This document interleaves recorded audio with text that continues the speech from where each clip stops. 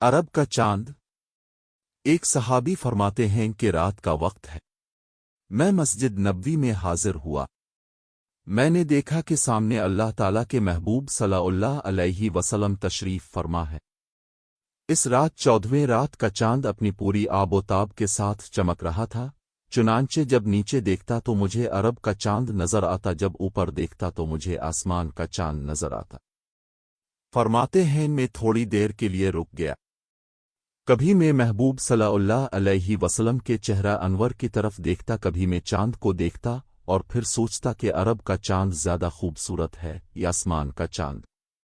بالآخر میرے دل نے فیصلہ کیا کہ یہ آسمان کے چاند تو بڑا خوبصورت کہی، تیرے حسن کا دنیا کے اندر بڑا چرچا ہے، لیکن سچ بات یہ ہے کہ جو حسن و جمال میرے آقا کے چہرہ انور پر ہے، وہ حسن و جمال تیرے پاس بھی نہیں ہے۔